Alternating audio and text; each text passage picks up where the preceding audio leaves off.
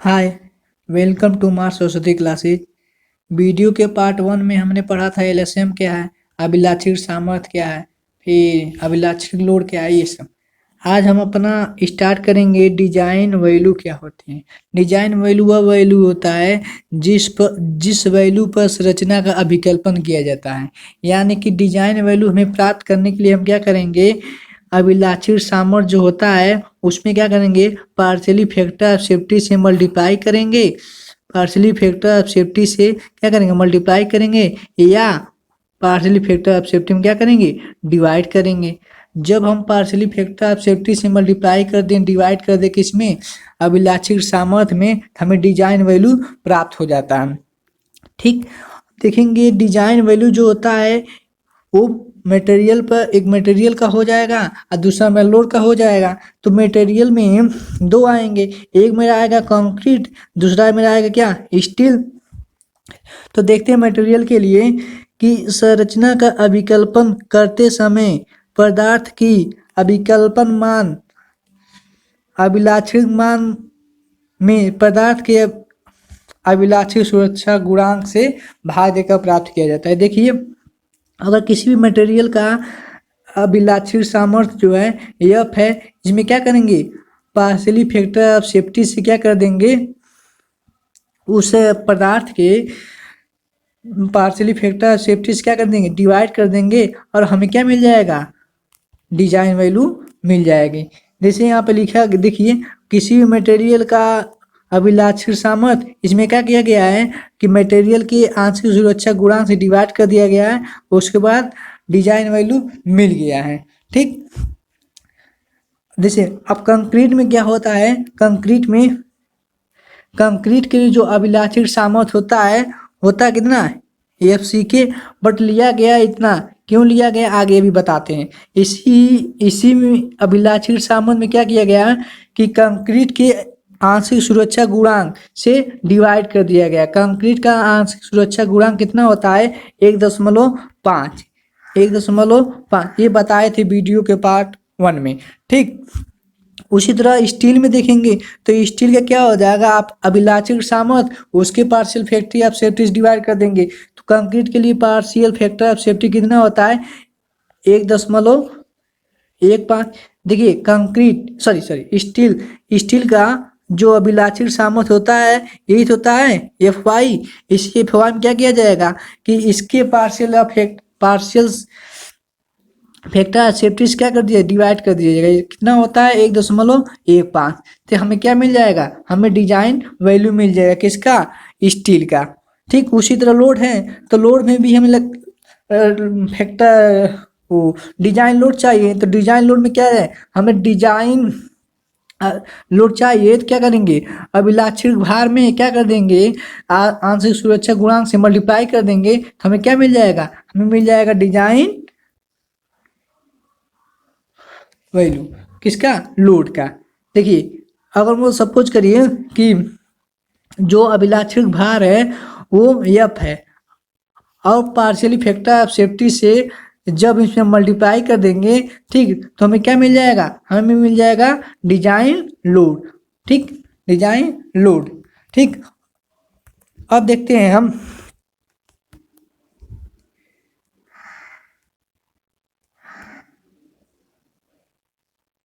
ठीक, अब हम यहाँ पे देखेंगे कि कंक्रीट का प्रतिबल विकृति ग्राफ। देखिए ध्यान से, ठीक, जैसे प्रयोग के आधार पर, ठीक, कंक्रीट का जो प्रतिबल विकृति आरेख है वो बनाना बहुत जटिल होता है। ठीक, तो आईएस कोड ने क्या बोला, आईएस कोड ने इसे सरल बना दिया। कैसे, वह बोला, कहा कि जो कंक्रीट में जो स्ट्रेन आएगा वो शून्य से लेकर 0.002 तक जो हमारा शेप रहेगा वो कैसा रहेगा, वो पैराबोलिक रहेगा, परवलय रहेगा। उसके बाद 0.002 से लेकर 0.0035 तक हमारा जो प्रतिबल रहेगा क्या है, यहाँ पे स्थिर हो गया है। देखिए प्रतिबल क्या है, स्थिर तो हो गया है। जब प्रतिबल स्थिर हो जाएगा तो हमारा जो विकृति है कहाँ से 0.002 से लेकर 0.0035 तक कैसा हो जाएगा, स्ट्रेट हो जाएगा। ठीक, अब देखिए यहाँ पे देखते हैं कि कंक्रीट का जो अभिलाक्षित सामर्थ्य होता है वो कितना होता है। जैसे कि हमें पता है कि कंक्रीट का अभिलाक्षित सामर्थ्य होता है एफ सी के। ठीक, कितना होता है एफ सी के। बट हमें यहाँ पर क्या किया गया है कि एक्चुअल में कंक्रीट का सामर्थ्य इतना होता है, बट जो है साइज फैक्टर की वजह से जो कंक्रीट का अभिलाक्षित सामर्थ्य लिया गया है इतना लिया गया है। ये साइज फैक्टर क्या है देखते हैं। जैसे हम लोग जानते हैं अगर आप क्यूब का और एक सिलेंडर का, ठीक, इन दोनों का कंक्रीट, अगर आप क्यूब और सिलेंडर इन दोनों का जब आप कंप्रेसिव टेस्ट करते हैं तो इन दोनों का क्या वैल्यू सेम आती है? नहीं, यानी कि कुछ अंतर देखने को मिलता है। वो अंतर क्यों देखने को मिलता है? साइज की वजह से। ठीक, साइज की वजह से कि कंक्रीट क्यूब जो हमारा छोटा रहता है, सिलेंडर क्या बड़ा, उसी तरह जो है हमारा जो कंक्रीट की संरचनाएं बनती हैं वो तो बड़े लेवल पे बनती हैं। तो यहाँ भी तो स्ट्रेंथ हमें क्या देखने को मिलेगा? क्या यही स्ट्रेंथ देखने को मिलेगा? नहीं, कुछ कम देखने को मिलेगा। वो कितना कम हो जाता है? वो 1/3 क्या हो जाता है? लॉस हो जाता है। ठीक, 1/3 क्या हो जाता है? लॉस हो जाता है। तो एक्चुअल में जो कंक्रीट का अभिलाक्षित सामर्थ्य प्राप्त होगा हमें 0.61 एफ सी के प्राप्त होगा। बात समझ में आई? ये क्यों इतना प्राप्त होता है? ये साइज फैक्टर की वजह से होता है। ठीक, अब देखिए अब हमारे पास क्या है, ये साइज फैक्टर सॉरी ये हमारे पास अभिलाक्षित सामर्थ्य आ गई। अब हम इसमें क्या करेंगे, इसी अभिलाक्षित सामर्थ्य में हम क्या कर देंगे, पार्शियली फैक्टर ऑफ सेफ्टी से क्या कर देंगे, डिवाइड कर देंगे और हम कंक्रीट का स्ट्रेंथ निकाल लेंगे। देखिए इसी अभिलाक्षित सामर्थ्य में क्या किया गया है कि पार्शियली फैक्टर ऑफ सेफ्टी से क्या कर दिया है, डिवाइड कर दिया गया है और हमें डिजाइन वैल्यू मिल गया नहीं मिल गया? कितना? 0.446 एफ सी के। ये हमें क्या है, यही तो मेरा डिजाइन वैल्यू है। अब बात समझ में आ गई होगी। ठीक, यहाँ पे लिखा गया है कि कंक्रीट की अभिलाक्षणिक जो सामर्थ्य है उसमें क्या किया गया है, इतना मान लिया जाता है, बता दिया गया क्यों। ठीक, वही साइज फैक्टर की वजह से। ठीक, अब आगे देखते हैं इसी तरह स्टील में भी होता है। तो स्टील का भी हमको डिजाइन वैल्यू प्राप्त करना है तो उसमें भी क्या कर देंगे, उसके अभिलाक्षित सामर्थ्य में पार्शियली फैक्टर सेफ्टी से डिवाइड कर देंगे। ठीक, अब देखेंगे पहला हमारा जो स्टील है ये माइल्ड स्टील के लिए। ठीक, माइल्ड स्टील के लिए तो माइल्ड स्टील का जो हमें इल्ड स्टेज जो होता है इतना होता है। ठीक, कर सकते हैं क्या आप इसी पे हम तो काम इसी तो काम करेंगे नहीं, हम तो काम करते हैं डिजाइन वैल्यू पे। तो डिजाइन वैल्यू प्राप्त करने के लिए हम क्या कर देंगे कि उसके पार्शियली फैक्टर सेफ्टी डिवाइड कर देंगे और डिजाइन वैल्यू प्राप्त कर लेंगे। तो वही किया गया है कि कम स्टील का जो सामर्थ्य है उसी सामर्थ्य में क्या किया गया है कि स्टील के पार्शियली फैक्टर सेफ्टी डिवाइड कर दिया गया और हमें डिजाइन वैल्यू मिल गया। ठीक, अब देखेंगे ये ग्राफ को समझेंगे कि हमारा जो ग्राफ है ये ये देखिए यहाँ 0 से स्टार्ट हो रहा है और इलास्टिक पॉइंट तक क्या हो रहा है, इलास्टिक पॉइंट तक हमारा जो है इस ग्राफ में ध्यान देंगे स्ट्रेस जो है मेरा स्ट्रेस जो है मेरा रेखीय, देखिए कहाँ बढ़ रहा है, कहाँ तक, इलास्टिक पॉइंट तक। ये अचानक जो है अचानक क्या हो रहा है, चेंज हो जा रहा है प्लास्टिक स्टेट में। ऐसा क्यों हो रहा है? क्योंकि हमें यील्ड स्टेट ज्ञात रहता है इसमें। ठीक, अब देखिए यहाँ पे कि हमारा जो एक्चुअल स्टील की जो एक्चुअल सामर्थ्य थी ये थी। ठीक, लेकिन हमें इस पे काम करना है, डिजाइन पे काम करना है, डिजाइन वैल्यू पे काम करना है। इसलिए डिजाइन वैल्यू को प्राप्त करने के लिए क्या करेंगे, इसी में हम क्या करेंगे पार्शियली फैक्टर सेफ्टी से क्या कर देंगे, डिवाइड कर देंगे, तभी तो डिजाइन वैल्यू प्राप्त होगा। देखिए ये हो गया, बात समझ में आए। उसी तरह हम HYSD बार का भी पढ़ेंगे। क्या HYSD बार में हमें यील्ड स्टेज ज्ञात होता है? नहीं, HYSD बार में हमें यील्ड स्ट्रेस ज्ञात नहीं होता है। ठीक, इसीलिए जो इसमें देखिए यहाँ पे कि ये जो स्टेज जा रहा है ये देखिए अचानक नहीं प्लास्टिक स्टेट में जा रहा है। ये क्या धीरे धीरे जा रहा है। क्यों ऐसा हो रहा है? क्योंकि हमें ये जो है ये ज्ञात नहीं होता है। ठीक, ये बात समझ में आई। इसे ज्ञात करने के लिए हम क्या करेंगे, पहले हमें प्रूफ स्ट्रेस ज्ञात करना पड़ेगा। ये प्रूफ स्ट्रेस कैसे ज्ञात करेंगे, 0.2% स्ट्रेन पर, यानी कि 0.2% हम क्या लेंगे, स्ट्रेन लेंगे। सपोज करिए यहाँ पे, ठीक, ये अगर 0.2% स्ट्रेन लिया मैंने, इस स्ट्रेन को क्या किया, ये जो लिनियरी बढ़ रहा था इसके पैरेलल एक लाइन खींचा, ठीक, इसके पैरेलल एक लाइन खींचेंगे तो ये पॉइंट जहाँ पे काटेगा हमें वही क्या मिला, यील्ड स्ट्रेस। इसी को सॉरी ये प्रूफ स्ट्रेस है, ठीक, बात समझ में आई। और देखिए हमें ये जो था, ये जो था मेरा पॉइंट, ये क्या था, ये तो मेरा 0.2% था। क्या हम कह सकते हैं 0.002%, ये हो गया यहाँ से यहाँ तक, ठीक। अब देखिए, और यहाँ पे जो मेरा यहाँ पे, ठीक, ये जो मेरा ये क्या है, ये अभिलाक्षिक सामर्थ्य हो गई H/s बार का। ऐसे में क्या करेंगे, पार्शियली फैक्टर सेफ्टी से डिवाइड करेंगे, डिवाइड करने के बाद हमें डिजाइन वैल्यू प्राप्त हो गया। बट हमें अब ज्ञात करना है कि इसमें विकृति कितनी आएगी। अगर ये वैल्यू पता चल जाए तो वैल्यू कैसे पता चलेगी, हमें स्ट्रेस तो पता चल गया, तो हम जानते हैं स्ट्रेन बराबर विकृति बराबर क्या होता है तो ये स्ट्रेस डिवाइडेड बाई क्या, ये जैसे हुक लाग से, ठीक, ये तो होता है stress equal to E into strain, ठीक। तो क्या स्ट्रेन इक्वल टू यू नहीं हो जाएगा, तो स्ट्रेस पता है तो 0 पॉइंट कितना पता है, 0.87 FY divided by S steel का, ठीक। तो क्या आपको स्ट्रेन मिल गया, तो ये स्ट्रेन जो है इसमें अगर ऐड कर देंगे, ये स्ट्रेन जो है पहले इतना आपको पता था 0.002, अगर इतना आपको मिल गया कितना 0.87 FY डिवाइडेड बाई एस, तो क्या अब टोटल स्ट्रेन की बात करेगा आपको, तो टोटल स्ट्रेन क्या हो गया इतना, तो क्या करेंगे टोटल को जोड़ दे, यानी कि 0.002 plus 0.87 FY divided by S, ये तो हमारा टोटल स्ट्रेन। बात सुन में, अलग अलग ग्रेड के लिए अलग अलग स्ट्रेन होगा, ठीक। अब देखते हैं मान्यताएं, ठीक। तो मान्यताएं जो है हमारा WSM में और LSM में दोनों क्या होती हैं, सेम होती हैं, ठीक।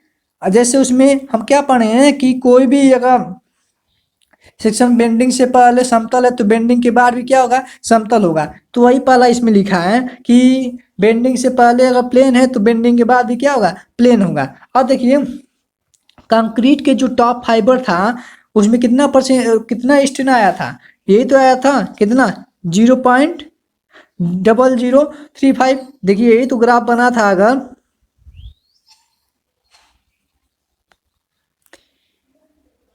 यहाँ पे क्या था 0.002 था, और लास्ट में सॉरी ये लास्ट वाले में क्या था 0.0035। देखिए यहाँ पे दिखा रहे हैं,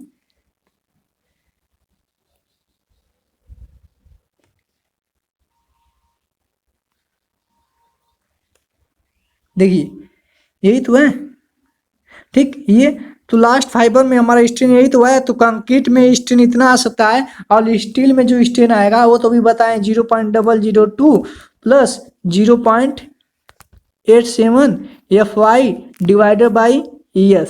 ये कैसे आया बता दिया गया, ठीक। अब आपको पता चल गया कंक्रीट में मैक्सिमम स्ट्रेन इतना रह सकता है, और स्टील में वो ग्रेड के ऊपर डिपेंड करता है, ठीक। अब दूसरा में जो मेरे मान्यताएं हैं वो क्या है, वो अगर कंक्रीट की सामर्थ्य, कंक्रीट की जो तनन सामर्थ्य हो क्या नगर मान लिया जाता है, ठीक, ये तो जानते हैं। फिर स्टील के लिए जो स्ट्रेस स्ट्रेन कर्व होता है वो तो फिगर नंबर उसमें दिखाया गया है।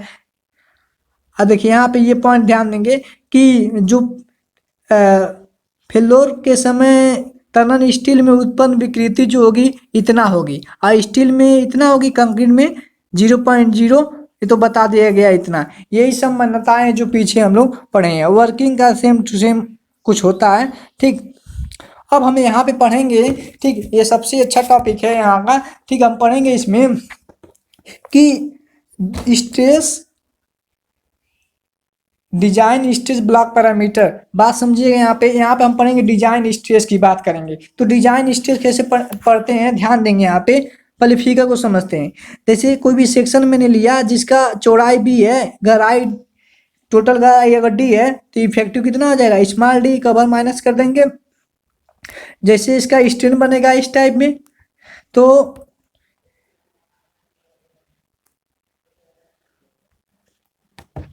इसका अगर स्ट्रेन डायग्राम बनाया जाए तो ऐसे बनेगा। अब देखिए कंक्रीट की जो टॉप फाइबर है उसमें मैक्सिमम स्ट्रेन कितना आ सकता है, इतना, देखिए आया है। और स्टील में कितना आ जाएगा, इतना, देखिए यहाँ भी। बात समझिएगा। और जो जो जहां तक ये पैराबोलिक था वो कहाँ 0.002 तक हो गया।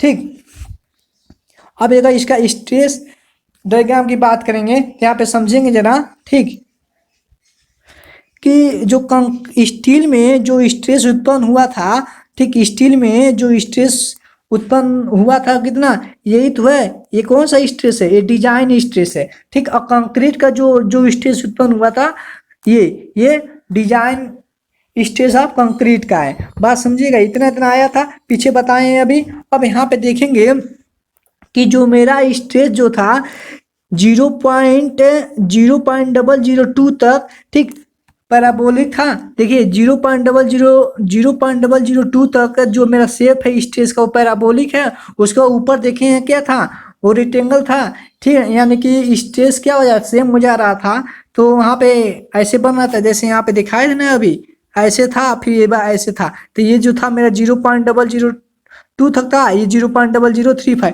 वही तो हुआ है कि जो स्ट्रेस मेरा 0.002 तक था उसका पैराबोलिक शेप था। देखिए पैराबोलिक, देखिए पैराबोलिक कहाँ तक 0.002 तक। उसके बाद क्या था, ये हो गया कहाँ तक, इतने के बराबर ही है।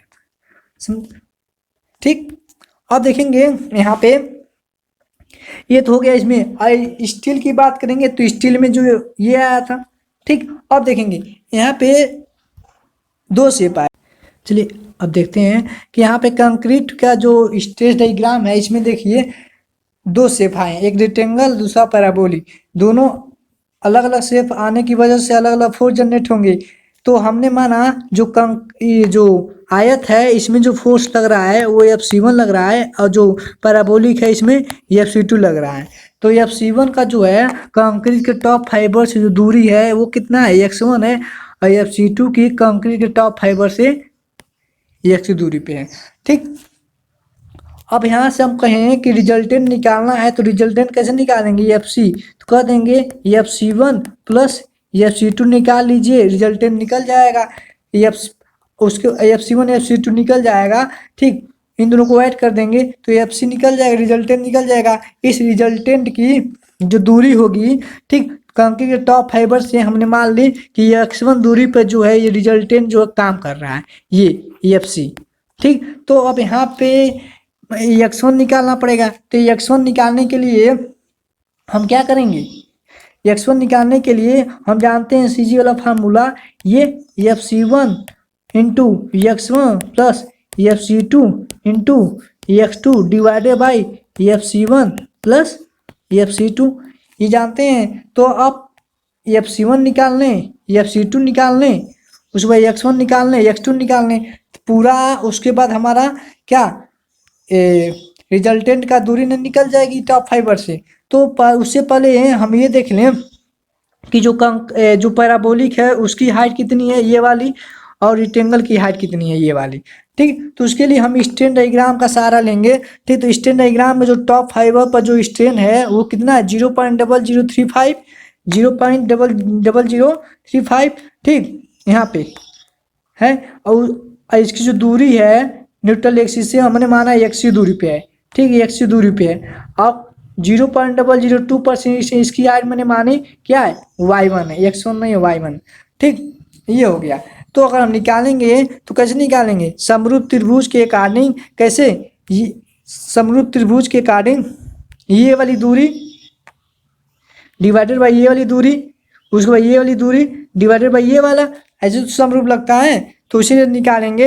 यहाँ पे देखिए स्टेट डायग्राम में ये तो किया गया है यहाँ पे कि कंक्रीट टॉप फाइबर उसकी दूरी ये वाला मतलब y1, ये यहाँ से हम क्या y1 नहीं निकाल लेंगे। y1 जब निकल जाएगा इतना कितना है 4/7 XU। तो अब यहाँ से हमें निकालना एक इसकी हाइट आई है, ये तो पैराबोलिक की हाइट आई है ना। देखिए एक्स y2 जो मैंने माना है ये इस वाले पोर्शन को माना है। तो अगर ये वाला निकालना है ये वाला तो क्या कर देंगे, तो हम टोटल XU में से अगर ये वाला माइनस कर दे इतना तो ये ना निकल जाएगा। टोटल XU माइनस मस कर दे कितना y1, तो हमारा निकल जाएगा नहीं दूरी ये वाली। तो वही किया गया तो इतना आएगा, कितना आएगा 3/7। ठीक, अब देखेंगे हमको हाइट भी निकल गया दोनों का। ठीक, यानी कि रेक्टेंगल का भी हाइट निकल गया और इसका भी हाइट निकल गया, दोनों का हाइट निकल गया। ठीक, अब हम लगाते हैं कि FC1 कैसे निकालेंगे। FC1 निकालने के लिए FC1, तो FC1 जब हम निकालने के लिए सबसे पहले हम निकालते हैं रेक्टेंगल वाले पोर्शन इसमें। तो इसका FC1 जब निकालेंगे तो फोर्स का फार्मूला क्या होता है, ये जो होता है क्या स्ट्रेस, ये जो स्ट्रेस डायग्राम बना है उसका एरिया इंटू इसकी चौड़ाई। ठीक, तो इसका जब एरिया निकालेंगे तो रेक्टेंगल का एरिया क्या होता है B/D होता है कि नहीं होता है आई, और उसकी सेक्शन की चौड़ाई वही किया गया यहाँ पे। जैसे FC1 निकाला गया है यहाँ पे, FC1 निकाला गया है, FC1 निकाला गया है सेक्शन जो सेक्शन बना है जो स्ट्रेट डायग्राम है उसका एरिया इंटू उसकी चौड़ाई। तो उसका एरिया क्या हो जाएगा B/D। पहले हम निकाल रहे रेक्टेंगल का, तो रेक्टेंगल का जब निकालेंगे इसका निकालना है तो B/D, ये हो गया मेरा B, ये हो गया क्या D। तो B कितना हो जाएगा, B तो इतना निकाला गया 0.446 FC के, ये तो B है। और D निकाला गया है कितना 3/7 XU। ठीक, वही निकाला गया यहाँ पे, वही किया गया यहाँ पे। देखिए हो गया B, हो गया ये D, B/D इंटू सेक्शन की चौड़ाई, ये हो गया मेरा FC1 निकल गया। ठीक, FC1 जब निकल गया अब निकालना है X1। तो X1 जब निकालना है तभी बताएं हम कि जो ये फोर्स FC लग रहा था इसकी कंक्रीट टॉप फाइबर से दूरी है मेरा X1। तो X1 निकालना है तो हम जानते हैं रेक्टेंगल का जो CG होता है वो D/2 पे होता है, यही तो मेरा X1 है। तो D/2 करेंगे, ये वाली हाइट का क्या कर दें by 2 कर दें तो X2 नहीं निकल जाएगी, वही किया गया यहाँ पे। सॉरी X1 नहीं निकल जाएगा, तो वही किया गया यहाँ पे। X1 निकालने के लिए उस रेक्टेंगल के हाइट का क्या कर दिया गया, आधा कर दिया गया है। तो वहां से निकल गया मेरा X1 का वैल्यू। ठीक, उसी तरह हम पैराबोलिक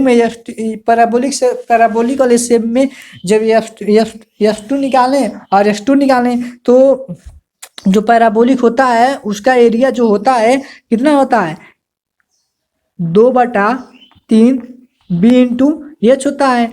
तो B/H, जैसे ये वाला शेप बना था ऐसे ना, तो ये हो गया इसका क्या B, ये इसका क्या हो गया, ये इसका H हो गया। तो B अभी हमें पता है कितना होता है 0.446 FC के। ये जो H है ये H अभी निकाले हैं, कितना होता है H इसका पीछे निकाले ना 4/7 XU करके। ठीक, यही तो है। ये जो ये B क्यों इतना हुआ है, क्योंकि ये जो रेक्टेंगल वाला पोर्शन था ये इसका B, तो ये जितना ये रहेगा उतना तो ये रहेगा, ये B इसलिए सेम हो गया। इसकी हाइट ये हो गई। निकालते हैं इसमें उसी तरह,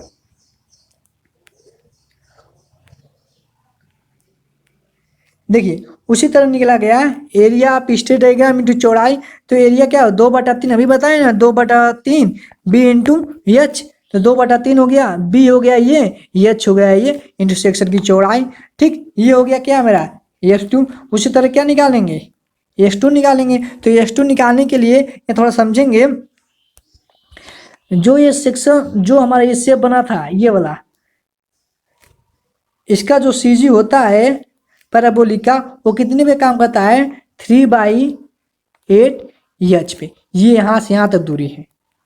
ठीक, लेकिन जो X2 होता है X2 ये कहाँ, ये कंक्रीट के टॉप फाइबर से, यानी कि यहाँ से दूरी है, यहाँ से लेके यहाँ तक, यहाँ से लेके कंक्रीट के टॉप फाइबर से लेके ये तो ये मेरा लग रहा था क्या F2, इसके बीच की दूरी है। तो अगर ये वाली जो दूरी है ये ये पैराबोलिक का जो सीजी होता है निकाले 3/8 होता है। अगर इसमें ये वाली दूरी प्लस कर देंगे तो टोटल निकल जाएगा। ठीक है, अगर टोटल की बात करें, अगर x2 निकालना, x2 अगर निकालना है कैसे निकलेगा,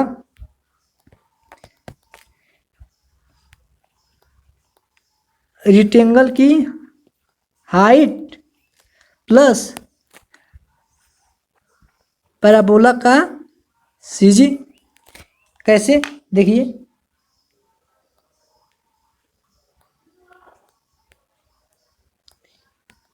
ठीक, ये हो गया इसकी रेक्टेंगल की हाइट है, इसका सीजी 3/8 वाला।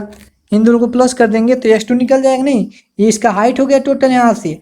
ठीक, आइए जो इसका सीजी हो गया, इन दोनों को प्लस करेंगे तो हमारा x2 निकल गया। वही किया गया यहाँ पे कि रेक्टेंगल की हाइट, ठीक, और पैराबोला का सीजी 3/8 एच पे। एच जो था उसका 4/7 था पैराबोलिक का। ठीक, अब हमें निकल गया FC1 भी निकल गया। ठीक, FC1 भी निकल गया, x1 भी निकल गया, FC2 भी निकल गया। ठीक, और x2 भी निकल गया। अब क्या, जब ये सब निकल जाने के बाद अगर रिजल्टेंट निकालें तो रिजल्टेंट ये हो जाएगा FC1 प्लस FC2, ये हो जाएगा। ये तो रिजल्टेंट निकल जाएगा। अगर सीजी की बात करेंगे, इसका रिजल्टेंट का जो सीजी होगा कहाँ पे होगा, लाई करेगा। तो ये जो हमारा लाई करेगा, जैसे हम फार्मूला पढ़े हैं, x इक्वल टू ये वाला FC1 into x1 plus FC2 into x2 divided by FC1 plus FC2। यही तो है। यहाँ से क्या निकालें, सीजी निकाल लेंगे कि नहीं निकाल लेंगे। ये सब ऐसा क्यों किया गया है, देखिए ध्यान देंगे एक बार कि ये हमारा जो स्टेट डायग्राम बन रहा था, दो फोर्स को न लगा के एक लगाए हैं। क्योंकि अभी आगे कांस्टेंट निकालेंगे, इसी वजह से एक फोर्स लगाए। ये जो दोनों फोर्स FC है मेरा, ये क्या है, ये FC1 प्लस FC2 के इक्वल है। आई जो दूरी है ये क्या है मेरा, ये तो x है।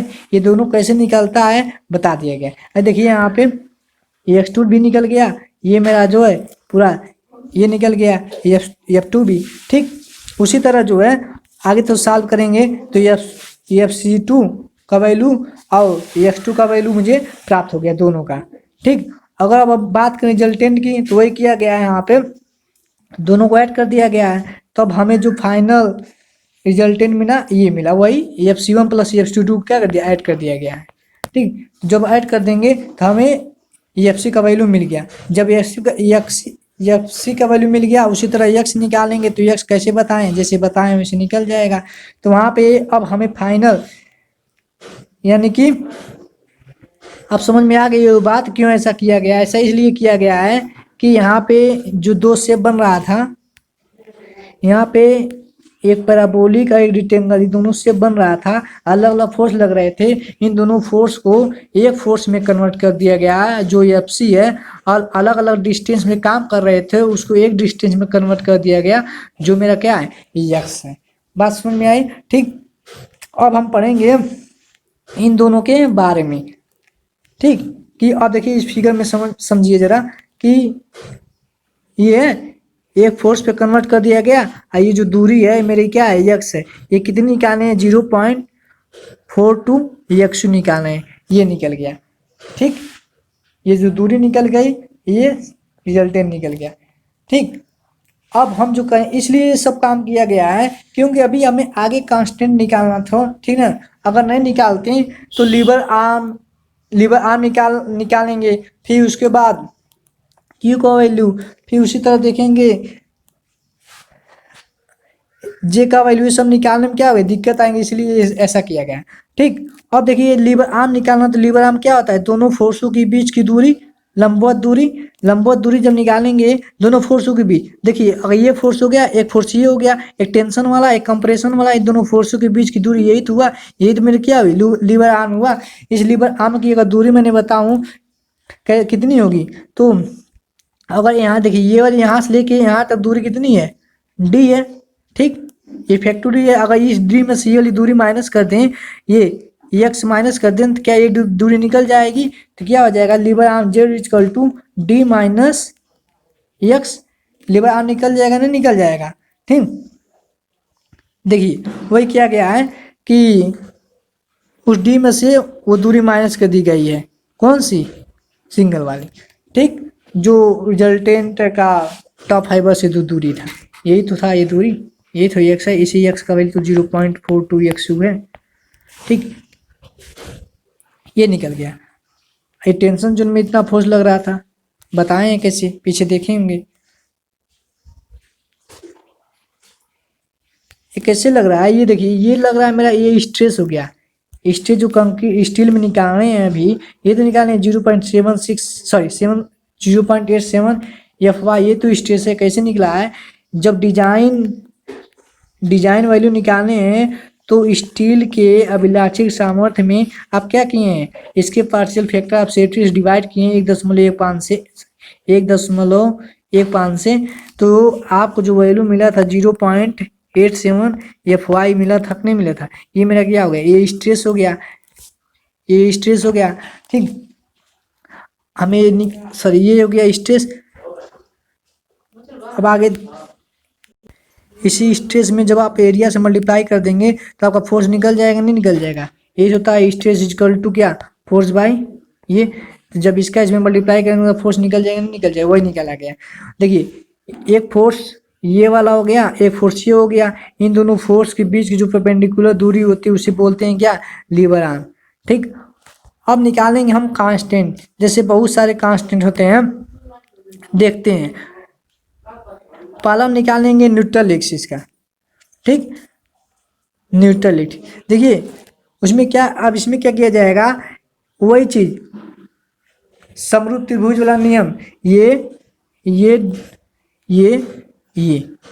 कर देंगे तो क्या आ जाएगा मेरा, यहाँ से एक्स यू मैक्स की मेरी वैल्यू आ जाएगी। देखिए वही किया गया है कि स्टील सॉरी कंक्रीट में जो स्ट्रेन है वो प्लस न्यूट्रल एक्सिस से उसकी कितनी हाइट है, फिर स्टील में जो स्ट्रेन है उसकी कितनी गहराई है। जैसे देखिए इस फिगर में ये टोटल जो इफेक्टिव डेप्थ है ये डी हो गया। अगर ये दूरी ये जो दूरी है मेरी, ये क्या है, एक्स यू है। ठीक, ये तीन दूरी कितनी हो जाएगी, डी माइनस एक्स यू, क्योंकि तीन दूरी मुझे ये वाली डी है, इस डी में से इतना माइनस कर देंगे तो ये निकल जाएगा, नहीं निकल जाएगा, डी माइनस। तो उसी तरह समरूप के नियम से ये डिवाइडेड बाई ये, इसके बाद क्या, ये डिवाइडेड बाई ये। ठीक, तो हमारा यहाँ से इसको जब सॉल्व करेंगे वही किया गया है। ठीक, देखिए वही किया गया कि कंक्रीट का जो स्ट्रेन लिया गया होगा, उसके बाद क्या किया, उसकी जितनी हाइट होगी उसी स्टील का जितना स्ट्रेन उसकी जितनी होगी न्यूट्रल एक्सिस की गहराई। इन दोनों को जब आपस में जब आप सॉल्व करेंगे, ठीक, तो फाइनली जो वैल्यू आपको मिलेगी ये मिलेगी, ये। ठीक, अब देखिए यहाँ पे एक्स जो मैक्स आई, एक मिनट,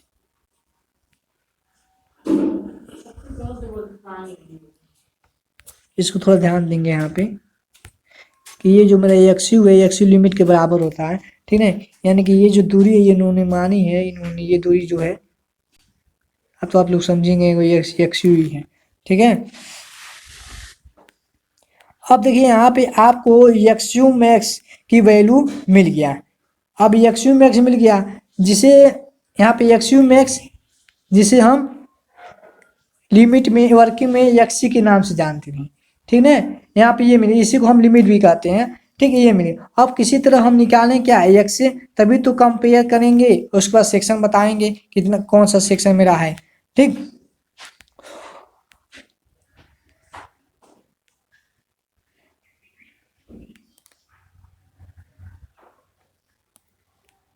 ये जितना मेरा था इसको छोड़ के ये इतना वाले पोर्शन को इन्होंने कांस्टेंट मान लिया है। ठीक है, क्योंकि ये देखिए एक दो चीज पर डिपेंड करता है, एक एफ वाई पे, क्यों ग्रेड ऑफ स्टील, ठीक, उस पर डिपेंड कर रहा है। जैसे जैसे ग्रेड ऑफ स्टील चेंज होगा एक्सयू मैक्स का वैल्यू क्या होगा, चेंज होता रहेगा। ठीक ना। यहाँ देखिए अगर मैंने लिया Fe 250, उसके लिए यहाँ से देखिए उस कांस्टेंट का वैल्यू जब सॉल्व करेंगे कितना आएगा 0.53। उस भाई इतना के लिए 415 के लिए ठीक है वैल्यू रखेंगे 415 यहाँ पे। उस पर ई का वैल्यू रखेंगे, सॉल्व करेंगे तो आएगा 0.48। उसी तरह 500 के लिए जब आप लेके वैल्यू जब सॉल्व करेंगे तो उसके लिए कितना आएगा 0.46। ये मेरा जो के यू आया है ये क्या है, ये न्यूट्रल एक्सिस कांस्टेंट है, न्यूट्रल एक्सिस कांस्टेंट। ठीक है ये हो गया हमारा। ठीक उसी अब ये इस बात को आप लोग याद रखेंगे, अगर क्वेश्चन में डायरेक्टली दे दें कि Fe 250 दिया है तो उसके लिए एक्सयू मैक्स कितना होगा, तो एक्सयू मैक्स डायरेक्ट याद रखेंगे कितना होगा 0.53 इंटू डी से बस मल्टीप्लाई कर देंगे एक्सयू मैक्स निकल जाएगा। इतना दिया है तो उसके लिए 0.48 डी। अगर Fe 500 दिया है तो उसके लिए कितना हो जाएगा एक्सयू मैक्स 0.46 इंटू डी से मल्टीप्लाई कर देंगे, आपका एक्सयू मैक्स निकल जाएगा। उसी तरह एक्सयू मैक्स। ठीक अब यहाँ हम पढ़ेंगे क्या, लिबर हम बताएं ना दोनों फोर्सों के बीच की दूरी यानी टेंशन और कंप्रेशन, तो वही हुआ है यहाँ पे जो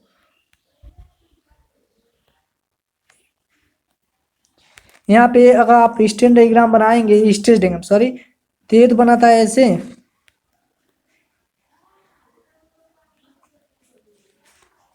ठीक इसका एक फाइनली जो फोर्स लगा था मेरा Fc जो Fc1 प्लस Fc2 के बराबर थी। ठीक इसकी दूरी जो मेरा था x था। ठीक ये वाला फोर्स, ये कौन सा फोर्स है टेंशन वाला Ft, ये मेरा क्या हो गया Fc कंप्रेशन वाला, ये टेंशन वाला। तो इन दोनों के बीच की जो लंबवत दूरी है इसी को तो बोला गया लीवर आर्म। ठीक तो लीवर आर्म निकालना है तो कैसे निकालेंगे, तो कैसे निकालेंगे, तो सेक्शन यहाँ पे देखिए सेक्शन ये है। ठीक